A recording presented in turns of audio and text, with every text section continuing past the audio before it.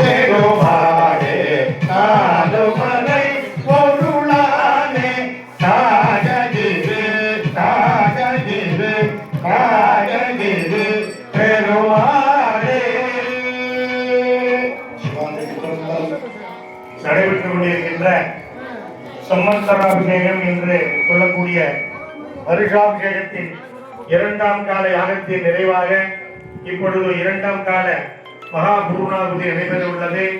அதனைத் தொடர்ந்து கலசங்கள் புறப்பாடு செய்யப்பட்டு மங்கள வாக்கியங்கள் முழங்க ஆலயத்தை வலம் வந்து நம் ஓம் ஸ்ரீ மகா கணபதிக்கு வருஷாபிஷேகமானது கலச அபிஷேகம் நடைபெற்று பிறகு அலங்காரங்கள் செய்து மகா தீபாராதனை தெரிவிக்கப்பட்டு 4 வேதங்கள் திருமுறை பாராயணங்கள் எல்லாம் இறைவனாருக்கு சமர்ப்பணம் செய்யப்பட்டு மகா தீபாராதனை செய்து அனைவருக்கும் அருட்பிரசாதங்கள் வழங்கப்படவிருக்கின்றன.